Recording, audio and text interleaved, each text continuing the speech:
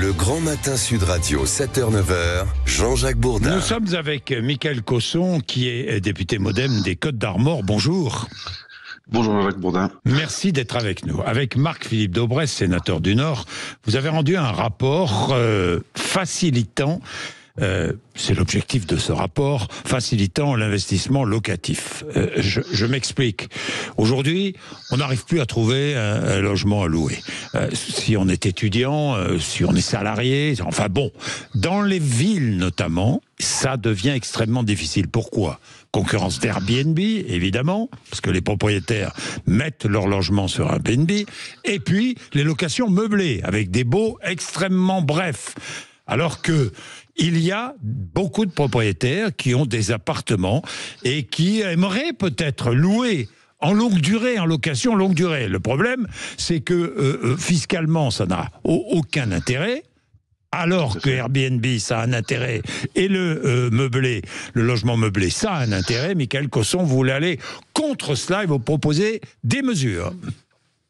Voilà, l'objectif en fait c'était de partir du constat. Aujourd'hui, il faut savoir, en 2025, on n'a jamais atteint un seuil si bas, c'est 15 000 logements, c'est moins 80% par rapport à ce qu'on peut connaître les années précédentes. Et ce phénomène, en fait, il est déjà présent depuis plusieurs années. Je vous entends mal, Michael Cosson, je vous entends pas très bien. Allez-y, parlez un peu plus fort si vous pouvez. Oui, je disais en fait, ce phénomène en fait, il est récurrent depuis plusieurs années, et au fur et à mesure, la rentabilité dans le logement longue durée s'est effondrée. S'est effondrée parce que du coup, les loyers ont augmenté moins vite que les charges, et en plus, d'un point de vue fiscal, c'était devenu totalement plus rentable. On favorisait plutôt l'investissement, on va dire, dans tout ce qui est le CAC 40 ou bien les assurances vie, alors que le logement qui a un réel problème en France, on a détourné au fur et à mesure les propriétaires.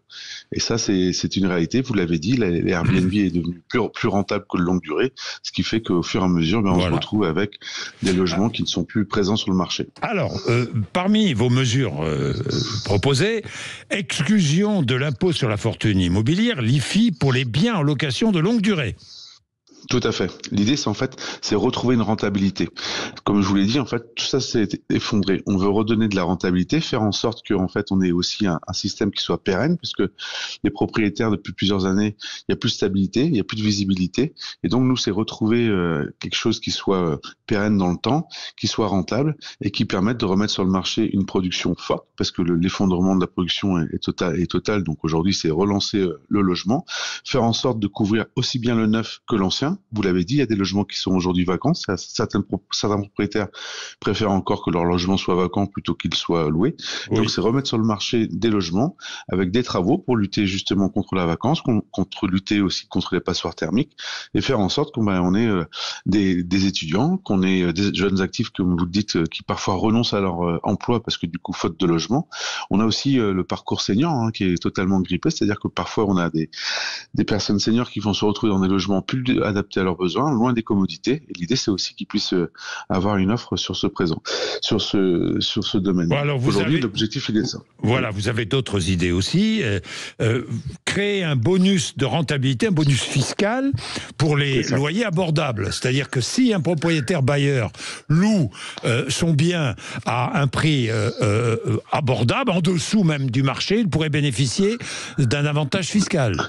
C'est ça, un bonus d'amortissement entre de 0,5 et 1,5% selon le niveau de loyer. Tout cela, en fait, pour tenir compte à la fois d'apporter des loyers abordables, tout en conservant une rentabilité pour le propriétaire qui met sur le marché. Il faut savoir, en fait, aujourd'hui, 99% du parc locatif est détenu par les propriétaires bailleurs qui disposent pour 70% d'un logement.